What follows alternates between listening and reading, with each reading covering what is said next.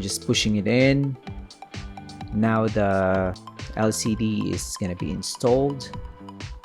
This is quite tricky because the LCD flex cable is located underneath the LCD, which is, I think you need 4 hands to complete this repair, but try my best. I'm gonna test if the digitizer works, and it does. It's quite amazing actually.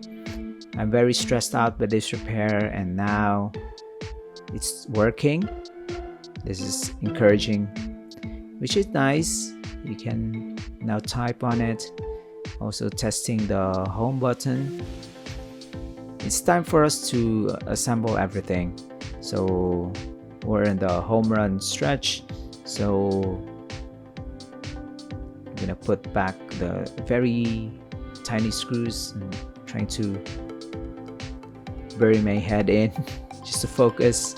So this is a very bad angle. There you go. The one screw is already attached.